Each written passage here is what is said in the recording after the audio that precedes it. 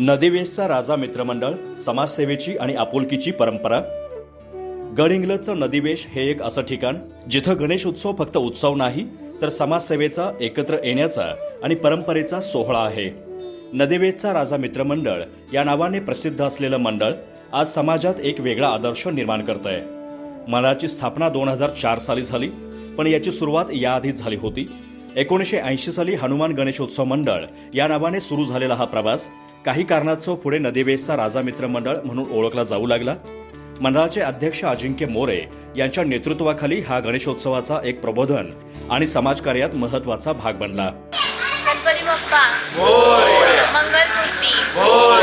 तर आज आपण आलेलो आहोत नवसाचा गणपती नदीवेशचा राजा. याचे अध्यक्ष आहेत अजिंक्य विजय मोरे. यांच्याकडूनच जाणून घेऊयात. ह्या मंडळाची सुरुवात 1980 या साली झाली होती. प्रथमतः या मंडळाची सुरुवात हनुमान गणेशोत्सव मंडळ असं या मंडळाचं नाव होतं.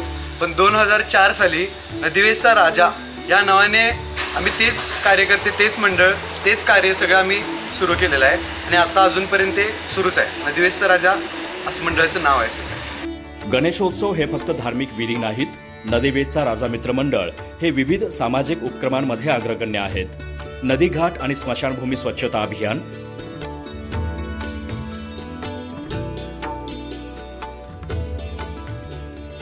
रक्तदान शिबिर, आरोग्य शिबिर आणि महापुराच्या वेळी लोकांना आवश्यक ती मदत पोहोचवणे हे त्यांच्या कार्याचे भाग आहेत.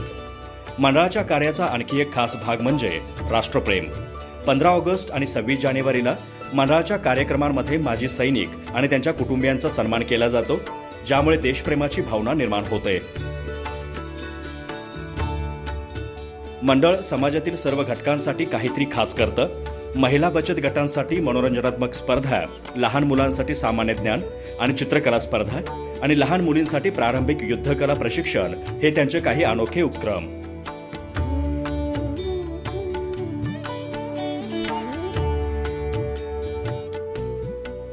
आम्ही मंडळाच्या कार्यात सहभागी आहोत.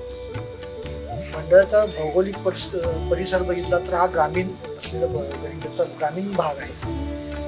इथली कार्यकर्ते किंवा इथली लोक जे आहेत ते पारंपरिक शेती आणि त्या निगडीत असणारे उद्योग यातून काम करत हे सामाजिक उपक्रम सगळे राबवत असतात.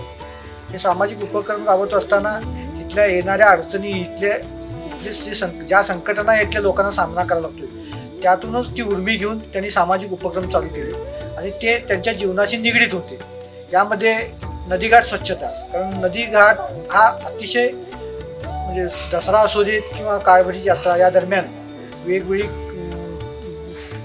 वेगवेगळ्या मार्गाने तो घाण होत असते किंवा इतरत्र पडलेली कपडे ही सगळी स्वच्छता करणे ही इथले भागातले नागरिक वेचावी करतात. याशिवाय इथं जवळ असणारी स्मशानभूमी जी 200 मीटरवर इथल्या लोकवस्तीपासून आहे, इथं जळणारी बेवरसप्रेती किंवा त्यातून अर्धवट जळलेली मृतदेह यांची विल्हेवाट ज्या त्यावेळेला लावणं किंवा एखादा तसा प्रसंग आला तर त्यावेळी स्वतः इथं काही लोक कार्यकर्ते ती इथून लाकडे परत जादा नेऊन ती मृतदेह पूर्ण जाळण्याचं काम खूप वेळा केलं आहे.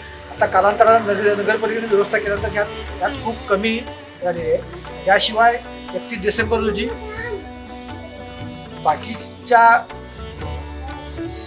कार्यकर्ते किंवा बाकीच्या याच्या व्यतिरिक्त आपले सगळे कार्यकर्ते 31 डिसेंबरला रोज सकाळी स्मशानभूमी स्वच्छता आणि स्मशानभूमीतली जी रक्षा असते त्याची विल्हेवाट लावणे या कामात बघत असतात. हे कार्य संध्याकाळ 6 वा 7 वाजेपर्यंत चालते. त्यानंतर कार्यकर्ते आपापल्या घरी जातात. अशा प्रकारे एक सतत कामं चालू असतात. याशिवाय हनुमान जयंती असेल, 15 ऑगस्ट 26 जानेवारी यावेळेला उपक्रम घेणे. यावेळेला 15 ऑगस्ट 26 जानेवारी आम्ही प्रामुख्याने वीर पत्नी किंवा वीर जवान यांच्या हस्तेच ध्वजावंदन करत असतो किंवा त्यांना प्रमुखपणे बोलून आणि त्यांचा प्रमुखपणे म्हणून बोलले असते त्यांचा सन्मान आम्ही करत असतो. याशिवाय हनुमान जयंतीला आम्ही आता इथल्या मुलांसाठी सामान्य ज्ञान स्पर्धा आयोजित करतोय. आणि त्यांना सामान्य ज्ञानाचं ज्ञान व्हावं आणि भविष्यात येणाऱ्या स्पर्धेला त्यांना तोंड देता यावं यासाठी आम्ही सामान्य ज्ञान स्पर्धा, चित्रकला स्पर्धा हे आयोजित करतोय. महिलांसाठी त्यांना मनोरंजन व्हावं यासाठी संगीत खुर्ची असेल किंवा वेगवेगळ्या पद्धती त्यांच्या आवडीच्या स्पर्धा त्या आयोजित करतोय. याशिवाय मुलांसाठी वेगवेगळे हॉलीबॉल असतील किंवा वेगवेगळ्या स्पर्धा त्या त्यांच्या कलागुणांना वाव देण्यासाठी त्या स्पर्धा आयोजित केल्या जातात, जेणेकरून इथल्या सर्व मुलांना त्यांचा सर्वांगीण विकास व्हावा यासाठी या वेगवेगळ्या स्पर्धा आम्ही आयोजित करतोय आणि त्यांना त्यांच्या कलागुणांना वाव देण्याचा आम्ही प्रयत्न करत असतो. गणेश मूर्तीची चांदी दिसते ती साधारण 2004 नंतर आमच्याकडे आलेली आहे. ज्या वेळेला भक्त लोक गणेश मूर्तीसमोर एखाद्या आपली मनोकामना मागत होते आणि त्यातून त्यांच्या इच्छा पूर्ण झाल्यानंतर त्या लोकांनी आम्हाला चांदी स्वरूपात काही दागिने दिले. त्या दागिन्याचे स्वरूप तुम्हाला आज मूर्तीवर दिसते.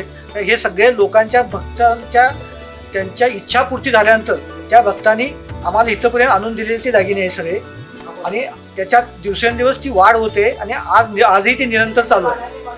नदीवेशच्या बाप्पांची मूर्ती हे मंडळाचं खास आकर्षण. ही मूर्ती मंडळातीलच सदस्य किरण कुंभार यांच्याद्वारे बनवली जाते. कुंभार गल्लीतील त्यांचं घर हे मूर्तिकलेचं केंद्र आहे. 30-35 दिवसांच्या मेहनतीने तयार होणारी ही मूर्ती म्हणजे एक उत्तम कलाकृतीच आहे. मंडळातील सर्व तांत्रिक कामांची जबाबदारी मंडळातील सदस्यांवर असते. लाईटची संपूर्ण व्यवस्था शंकर मांगले आणि त्यांच्या टीमद्वारे केली जाते, तर डिझायनिंगची जबाबदारी संतोष शिंदे यांच्याकडे आहे. नदीवेशच्या बाप्पांवर भक्तांची श्रद्धा अपार आहे. अनेक भक्तांनी आपली इच्छा पूर्ण झाल्यानंतर बाप्पाला चांदीचे दागिने अर्पण केले आहेत आणि हे दागिने मूर्तीवर शोभून दिसतात. नदीवेशचा राजा मित्र मंडळ फक्त गणेशोत्सवाचं आयोजन करत नाही, तर समाजात एक बदल घडवण्याचं काम करतं. हा उत्सव आहे समाजातील एकतेचा, परंपरेचा आणि समाजसेवेचा. त्यांच्या या कार्याला आर न्यूज परिवाराचा मानाचा मुजरा. कॅमेरामॅन गिरीश मेन्सीसह ऋतुजा भोसले, गडहिंग्लज.